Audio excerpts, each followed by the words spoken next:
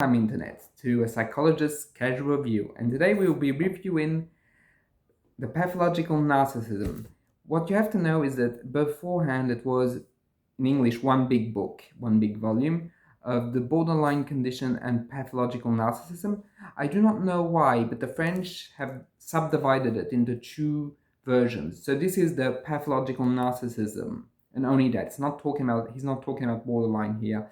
And I have the book, and I'll one day come to terms with reading it, but I have so much on my to-read list that it's not going to be a priority.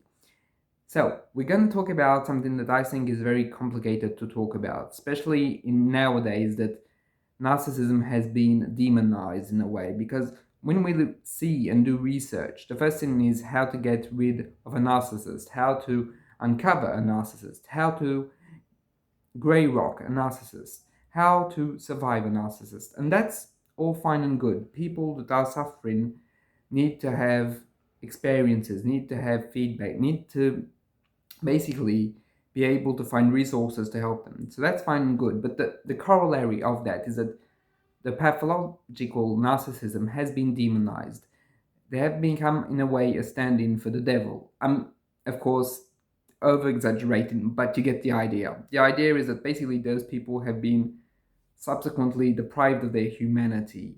And in a way, I find that it's interesting because, harking back to the book, it does seem that, at least for Kernberg and his conception, it's something that the parents also did with their child. They prevented them from reaching out to a better form of humanity through constant belittlement, humiliation, and basically a sadistic output towards a child.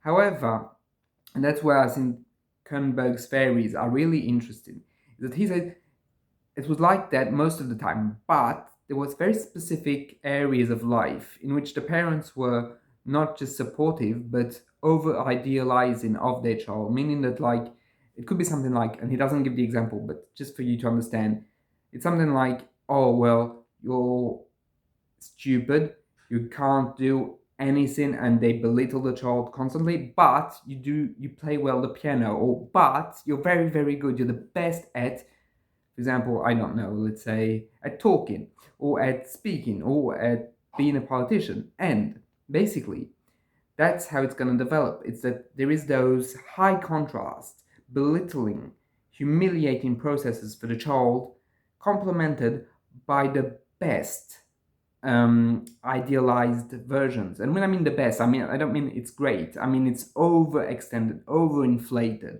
And basically the parents are going to create a double circumstance where it's going to be horribly bad, but on some point it's going to be brilliant. And that's the whole problem, is that for the child, basically they're going to plunge into that second option as the only option they have for survival. As I don't remember, because I read it a long time ago, but it seems to me that it's kind of linked with the idea also of a false self, that those people lean into that because that's the only way they can mentally survive the belittlement, the tragedy of basically having parental figures that would just take away their love and show their cruelty at any given circumstances.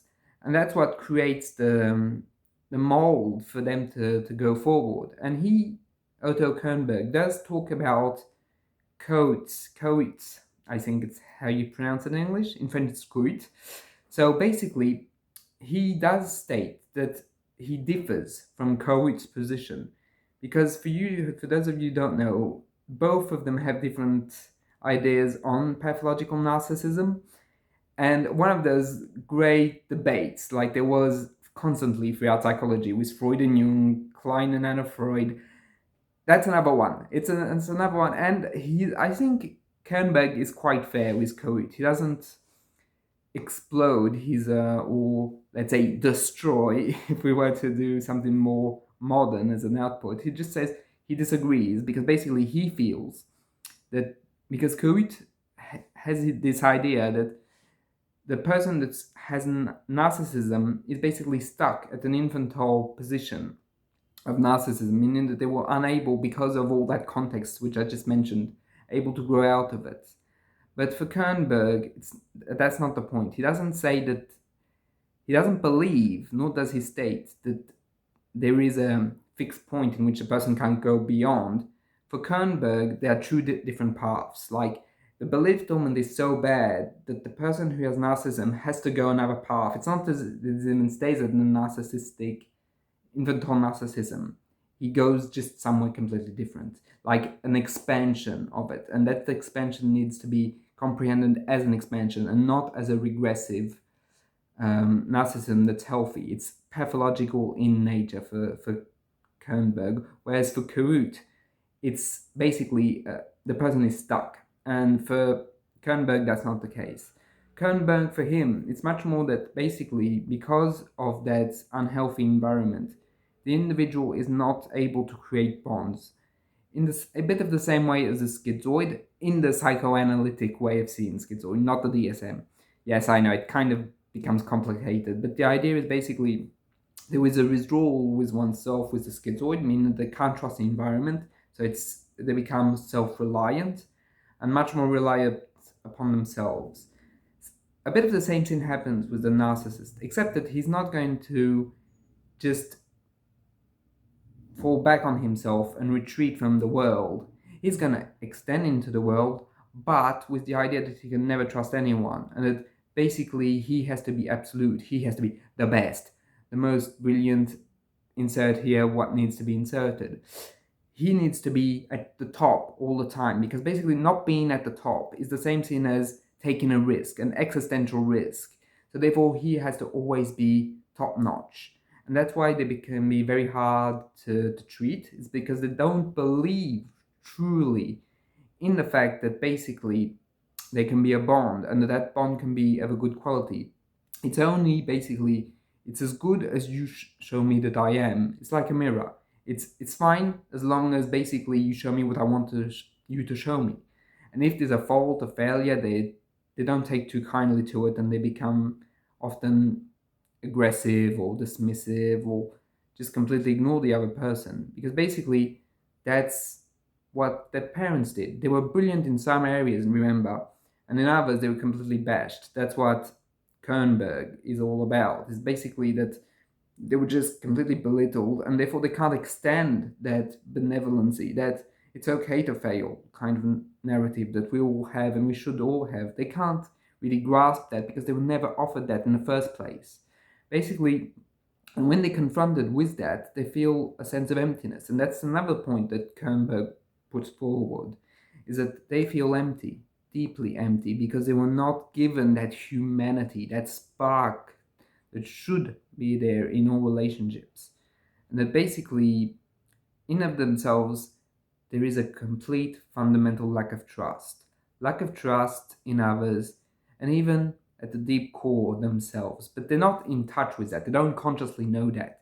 It's through analysis, psychoanalysis, in the case of our good friend Otto Kernberg, that they can uncover it. They can kind of get into touch with that and try and develop their bonds, their relationships in a more genuine light, with a bit of letting go of that narcissism, of that so pathological absolute self-reliance and self, quote-unquote, love, even if it's not love. It's a defense mechanism against all the trauma they have undergone. And that's, I think, is incredibly interesting that Kernberg was able to work with those people and be able to help some of them. And that's the funny thing, though, is that he does say that even though he became more and more optimistic throughout the years with the treatment of people who have narcissism issues, he does state that you have to really be cautiously optimistic. It's like, yeah, it's not as bad as I thought kind of thing, but it's still bad. And I found that very humbling. Like, even one of the best in those areas is very like, you have to be cautious. You have to really take it step at a time. And he does go into how to treat them. And how to treat them is basically being able to create a bond, which is incredibly complicated. And then being able to see you not as an idealized version of themselves that they would see as a mirror, but as a real person. And that realness of the therapist is what's going to help them. But it's also going to create a lot of tension, as that's where the cracks are going to start to show, because once they realize that someone else can be truly different from them and has the ability to be free, then they can do it for themselves. But that kind of insight is also very, very fearful, because that means also realizing that things could have been different, that they were not meant to be ideal, but they were meant to just be human. And all of that is how you treat them. It's through time, experience, and you should not be afraid of your countertransference. That's another thing that I found very interesting in the book. It's basically the feelings that the therapist will feel are unavoidable with those types of people, as they work also through a projective identification, meaning that when they start coming to see you, what he points out is that often they're going to idealize you, like, oh, you're the best therapist ever. Oh, I chose you because you must be the best in X, Y, or Z, or I read all your publications, etc., etc. But it's important, and he says, to admit that that feeling where they're going to put you on a pedestal doesn't feel right. It feels fake. It feels wrong. And that kind of feeling is also something that they feel. And that they are going to show you, in a way, how they feel through that projective identification. However, it's not necessarily as easy as pointing it out. I mean, obviously, if not, it would be too easy.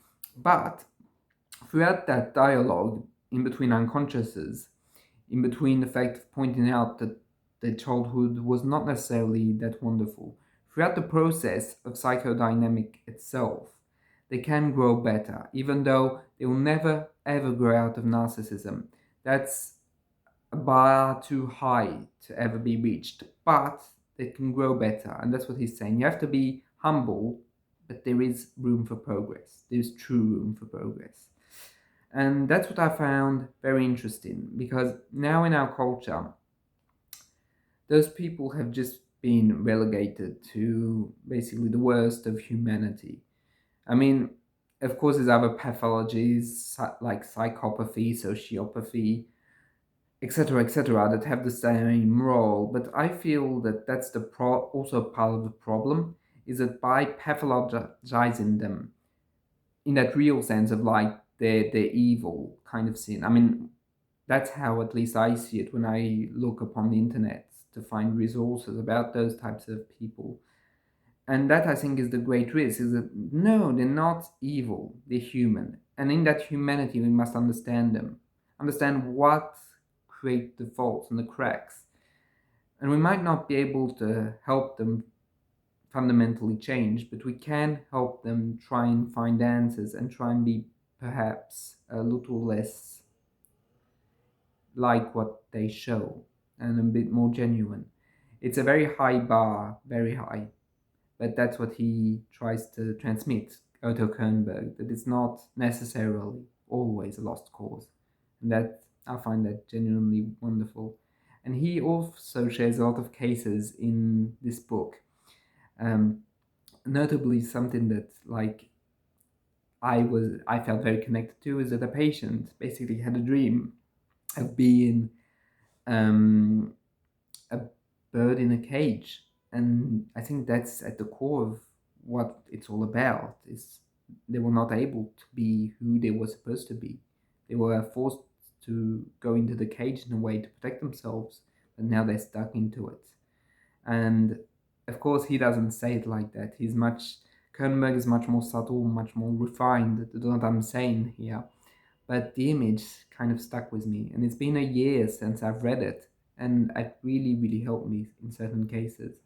And that's what I wanted to share today with you, is that it's a great book if you're looking for causal explications, ways of trying to understand them and also help them through therapy, but not being, how can I say, overcharged, or how can I say, falling into pitfalls. Because he does also talk about the risks. Like, the risk would be to identify with their narcissism rather than trying to help them, rather than seeing it as a defense.